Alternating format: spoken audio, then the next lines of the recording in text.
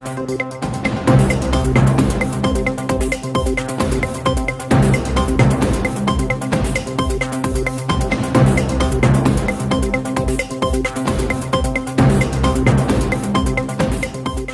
मी शाहिद खेरडकर आपलं सह्याद्री समाचारमध्ये स्वागत करतो। नुकत्याच जिल्हा परिषद आणि पंचायत समितीच्या निवडणुका पार पडलेल्या आहेत आणि त्या निवडणुकीचा निकाल आपल्या सर्वांपर्यंत पोहोचलेला आहे।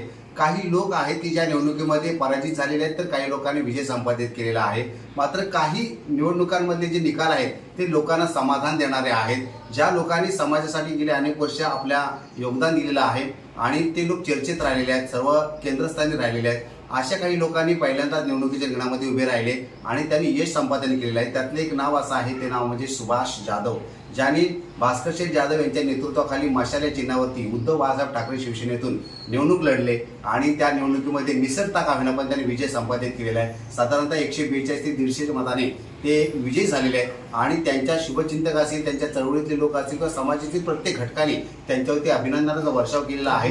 आणि आज आपण त्यांच्याशी संवाद साधण्यासाठी त्यांच्या या ठिकाणी निवासस्थानी आलेलो आहोत। धामणवणे येथील त्यांच्या निवासस्थानी आपण आहोत आणि सुभाष जाधव यांच्याशी आपण संवाद साधणार आहोत। सुभाष जाधव, तुमचं सर्वप्रथम अभिनंदन आणि तुमचं स्वागत आहे।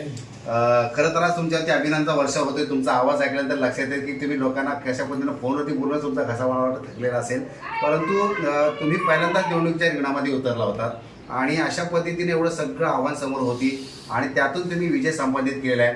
आज तुमच्या पहिल्या भावना काय? माझ्या पहिल्या भावना आहेत, आदरणीय मतदार बंधू भगिनींनी जो माझ्यावर विश्वास दाखवलेला आहे त्यांचा मी आभारी आहे।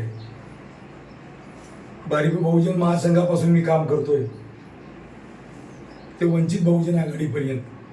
वंचित बहुजन आघाडीच्या वतीनं आम्ही उभाटाची युती केली आणि आदरणीय भास्कर शेठ जाधव यांनी शब्द दिला।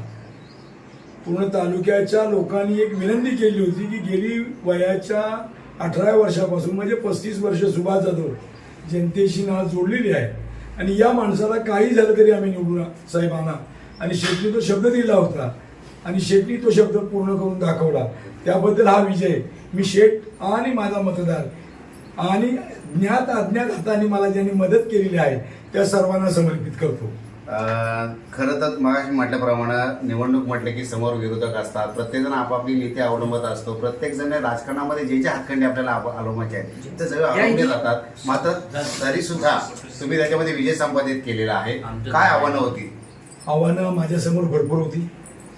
एक रंक आणि समोर कुबेर होते, परंतु माझ्या मतदारांनी जो माझ्यावर विश्वास दाखवला, गेली 35 वर्ष मी समाजाची सेवा करतोय, त्या समाजाने आणि त्या जनतेने माझ्यावर जो विश्वास दाखवला याच्यासमोर पैशासमोर विश्वास संपादन झाला आणि एक सर्वसामान्य तुमचा भाव निवडून आला। आज देखील लोकशाही जिवंत आहे असं मला वाटतंय। आज देखील लोकशाही जिवंत आहे। मग आतापर्यंत तुम्ही समाजामध्ये कार्यकर्ता म्हणून तुम्ही होतात, चळवळीतल्या प्रत्येक गोष्टीवरती तुम्ही भाष्य करत होतात किंवा तुम्ही त्या पद्धतीने मोर्चे आंदोलनं या पद्धतीनं तुम्ही एक समाजाला एकत्रित करत होतात आणि कुठल्याही विकृतीवरती तुम्ही प्रहार करण्यासाठी पुढे होतात। मात्र आता तुमची भूमिका बदललेली आहे, आता तुम्ही लोकप्रतिनिधी झालेला आहात। या पुढचा प्रवास कसा असेल? या पुढचा प्रवास देखील त्याच पद्धतीने असणार आहे। माझ्यामध्ये काही बदल असणार नाही। मी जरी लोकप्रतिनिधी असलो तरी लोकांची सेवा करण्यासाठी गेलेला हा लोकप्रतिनिधी असतो आणि म्हणून लोकांची सेवा हे व्रत गेले अनेक वर्ष आपण जोपासलेलं आहे। आणि माझ्या पाठीमागं ॲडव्होकेट बाळासाहेब आंबेडकर, भीमराव आंबेडकर आणि आनंदराज आंबेडकर या आंबेडकर कुटुंबियांचा माझ्या पाठीमागं वरदहस्त आहे आणि त्यांचा आशीर्वाद मला आहे, कारण मीराताईपासून इथपर्यंत येऊन गेलेले आहेत। आणि मी ज्यावेळेस भारिप बहुजन महासंघाचा तालुका अध्यक्ष झालो त्यावेळेस ताईंच्या आधिपत्याखालीच माझी नेमणूक झालेली आहे आणि मी ताईंचा आशीर्वाद घेऊन काम करतोय। म्हणजे आंबेडकर घराण्याची नाळ माझी कधीही तुटलेली नाही, तुटणार नाही। भीमराव साहेबांनी गेल्या महिन्यात आले आणि म्हणाले वेळ पडली तर मी सुभाष जाधवच्या प्रचारासाठी नक्की येईल आणि साहेबांनी देखील मला तोच आशीर्वाद दिला होता। नक्कीच। आणि खऱ्या अर्थानं आता तुमची जबाबदारी सुद्धा वाढलेली आहे आणि तुम्ही तेवढे सक्षम आहात आपली जबाबदारी पेलवण्यासाठी। त्यामुळे येणाऱ्या काळामध्ये सुभाष जाधव या भूमिकेत कशा पद्धतीने समाजाला न्याय देतात किंवा नेमका कसा ठसा उमटवतात, सभापती पदापर्यंत तुम्ही जाल अशा सगळ्यांची अपेक्षा आहे। बघूया त्या पद्धतीने काय चित्र दिसतंय का। मात्र तुर्तास तरी लोकांच्या मनामध्ये प्रचंड आनंद आहे, समाधान आहे आणि तुमचं मनपूर्वक अभिनंदन। तुम्हाला पुढच्या वाटचालीस शुभेच्छा। या ठिकाणी संविधान सन्मान समितीच्या वतीनं सन्मान करण्यासाठी सर्व त्यांचे शिलेदार आलेले आहेत आणि संविधान सन्मान समितीचे मार्गदर्शक गुलाबराव राजे सर हे सुद्धा आपल्या बरोबर आहेत. राजे सर, संविधान सन्मान समितीतलाच एक शिलेदार आज पंचायत समिती सदस्य म्हणून निवडून गेलेला आहे. आपण त्याचे शुभेच्छा किंवा त्यांना अभिनंदन करण्यासाठी आपण या ठिकाणी आलेला आहात. काय वाटतं तुम्हाला? संविधान समितीच्या सर्व सदस्यांना अत्यंत मनोहर आनंद झालेला आहे.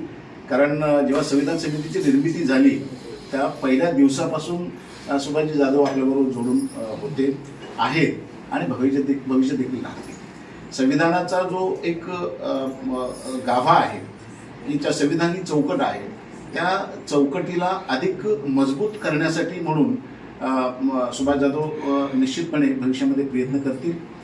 आणि संविधान समितीच्या सदस्यांच्या भावना अशा पद्धतीच्या आहेत पुढच्या त्यांच्या वाटचालीसाठी की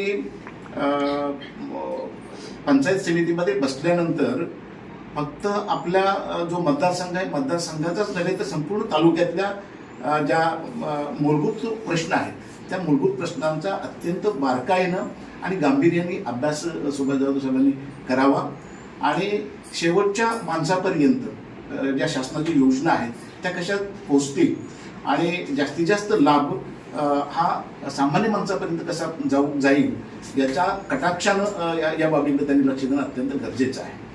आता इथं जात, धर्म, पंथ किंवा फक्त मतदार त्यांच्या पुरता मर्यादित न राहता, त्यांच्या मतदारसंघापुरता मर्यादित न राहता की सर्वसमावेशक दृष्टी ठेवून सर्वांसाठी काम करणं आणि छत्रपती शिवाजी महाराज, महात्मा फुले, बाबासाहेब आंबेडकर यांचा जो विचारांचा वारसा आहे तो इतका खंबीर वारसा आहे. तो खंबीर वारसा अधिक दृढ संपूर्ण तालुक्यामध्ये कसा होईल यासाठी कटाक्षाने त्यांनी प्रयत्न करावे ही एक संविधान समितीच्या कार्यकर्त्यांची मनोगत आहे.